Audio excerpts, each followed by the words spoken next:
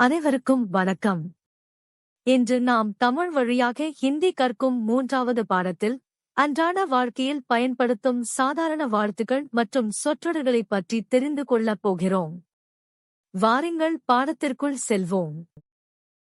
முதலாவதாக, வணக்கம் என்பதை ஹிந்தியில் நமஸ்தே என்று சொல்ல வேண்டும்.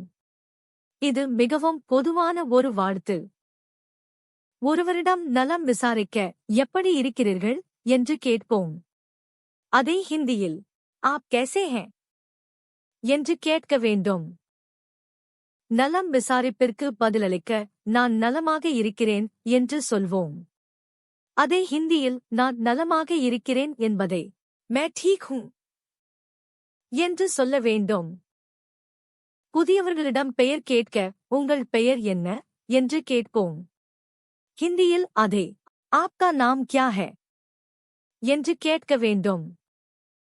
உங்கள் பெயரைச் சொல்லும்போது என் பெயர் என்று தொடங்குவீர்கள். அதை ஹிந்தியில் என்று சொல்லி பிறகு என்று முடிக்க வேண்டும். மேரா நாம் ஹை.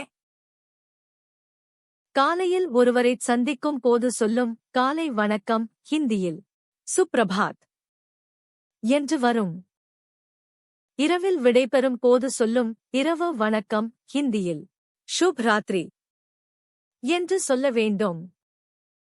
மரியாதையாக எதையும் கேட்க தயவு செய்து என்று சொல்வோம். அதை ஹிந்தியில் கிருப்யா என்று சொல்ல வேண்டும். ஏதேனும் தவறு நடந்தால் மன்னிக்கவும் என்று கேட்போம். ஹிந்தியில் அதை க்ஷமா கரே என்று சொல்ல வேண்டும். உதவி செய்தவர்களுக்கு நன்றி சொல்ல ஹிந்தியில் தன்யவாத் என்று பயன்படுத்த வேண்டும். விடைபெறும்போது மீண்டும் சந்திப்போம் என்று சொல்வோம். அதை ஹிந்தியில் ஃபிர் மிலேங்கே என்று சொல்ல வேண்டும். இன்றைய பாடத்தில் நாம் அன்றாட வாழ்க்கையில் பயனுள்ள பல ஹிந்திச் சொற்களை தெரிந்து கொண்டோம்.